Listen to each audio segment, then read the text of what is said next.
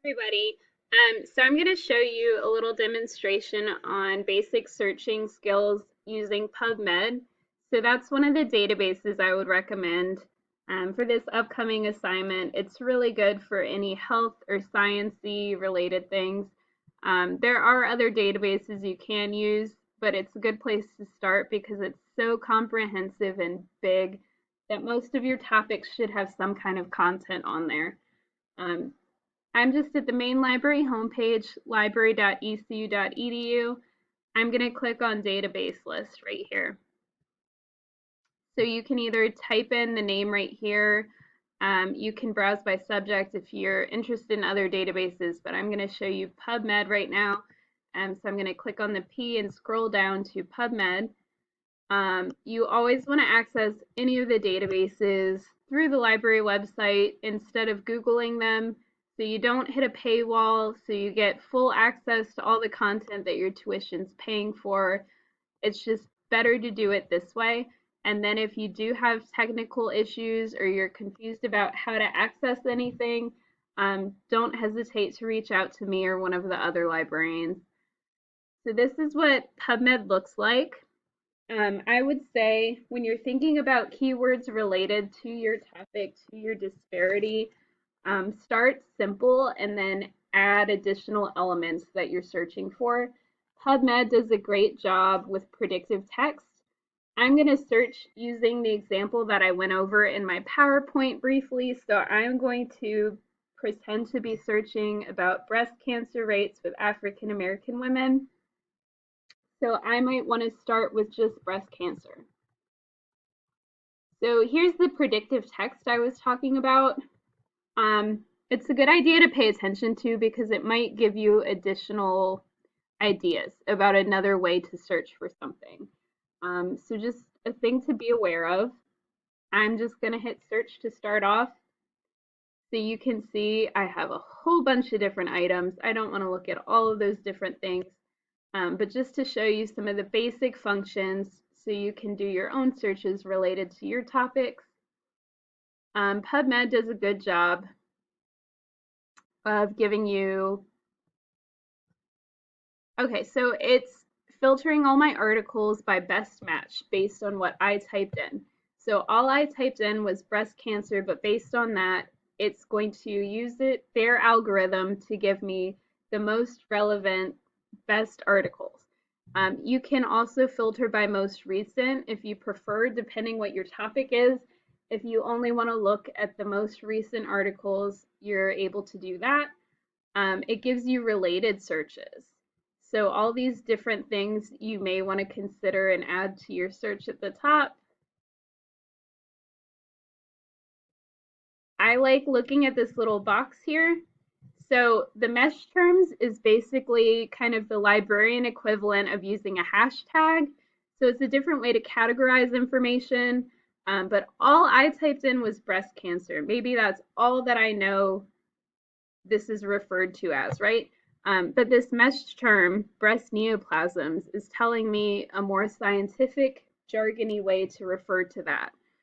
So that would be an additional keyword for my search that I would then want to add. So maybe breast cancer or breast neoplasms, if that makes sense. So this search information, it just depends what you type in as to what it's going to do, but it's basically searching extra ways for you, trying to predict what you want to find out about. Okay. So to make this search even better, I might want to add a word, breast cancer prevention, right?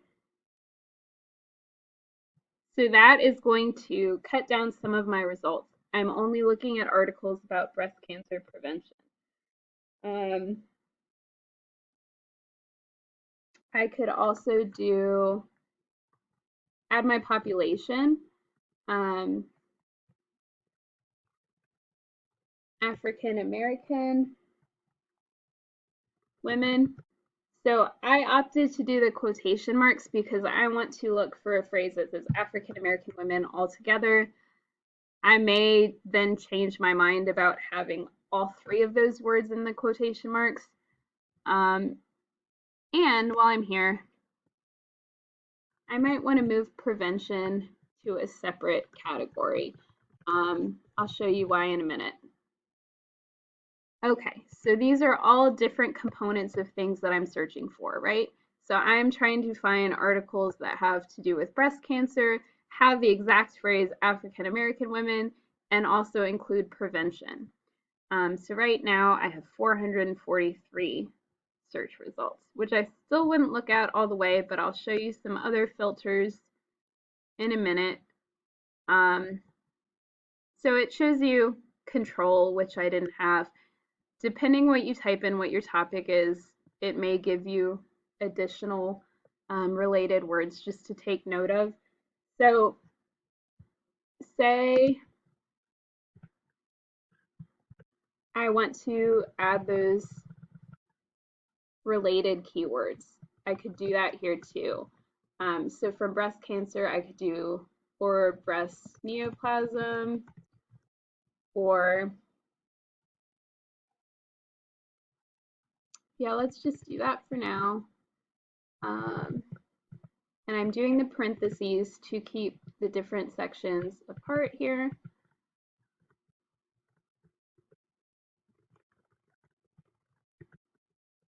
So I did African American women or people of color or African American. Okay, I'll just do that for now. Okay, so for this section, I might do prevention or treatment or inequity or disparity. Um, so you can see those aren't necessarily synonyms, but they're all words related to the same topic that I want to search for. So we went from 443 results back to almost 3,000 by adding those additional keywords. So if you get frustrated while you're searching, I would recommend adding other ways to say that same idea. And if you need additional assistance with your individual research, please let me know and I'll be happy to try to help you. All that to say, keep track of what you search, keep track of your running list of keywords. Database searching is not like Google searching. It does take you a couple times. Think of it like a scavenger hunt where you're going to search a couple different ways, do these different tools that I'm showing you to have an effective search, okay? So to filter by article types over here on the left, this is where I wanted you to look at that evidence pyramid. This is a whole extra step, which is a little bit annoying compared to some of the databases. But what it's doing is it wants you to pick out those terms that you're interested in from the evidence pyramid. So for example, I remember meta-analysis was one of the higher level resources on the evidence pyramid that I showed you. Let's do randomized control trial too. So I'm picking out that I want to look at meta-analyses and randomized control trial about my search. You do have to click a second time, which is annoying, but it gives you a little check mark and it bolds that selection. So it'll visually remind you, right now we're only looking at these two types of articles.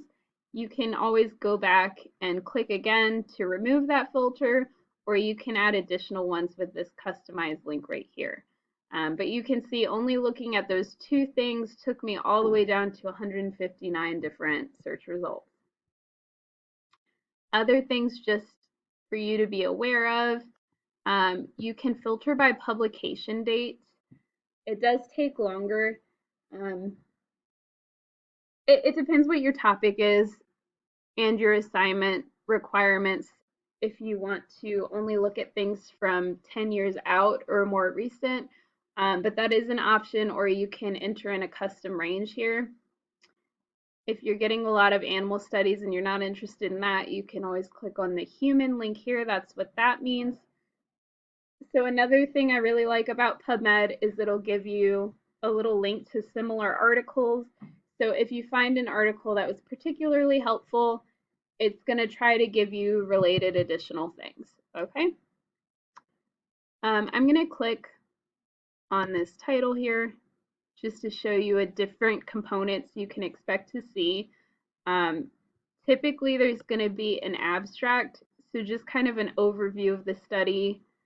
Don't get overwhelmed here. Just things to note. I like to read these before you commit to reading an entire article and finding out that it's not exactly what you want.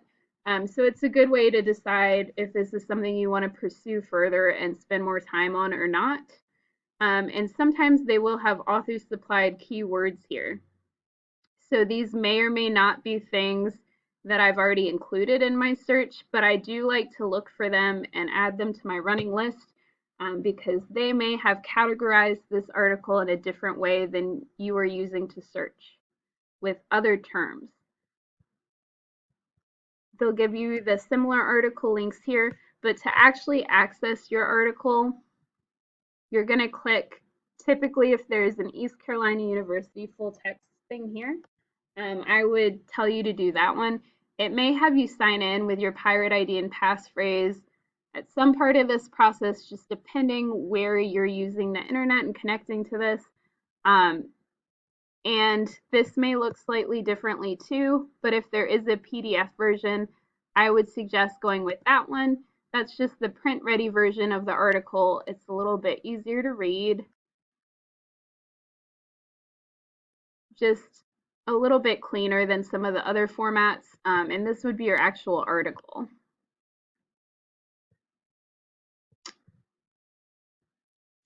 Okay, so that's just a really basic overview of searching in PubMed. You can always use slightly different keywords here, but basically the gist of what you want to think about searching for is how can you use terms that relate to your topic, to your population, and to convey disparity. Okay, so that's the basics of that, and I'll show you a couple different resources in the next video.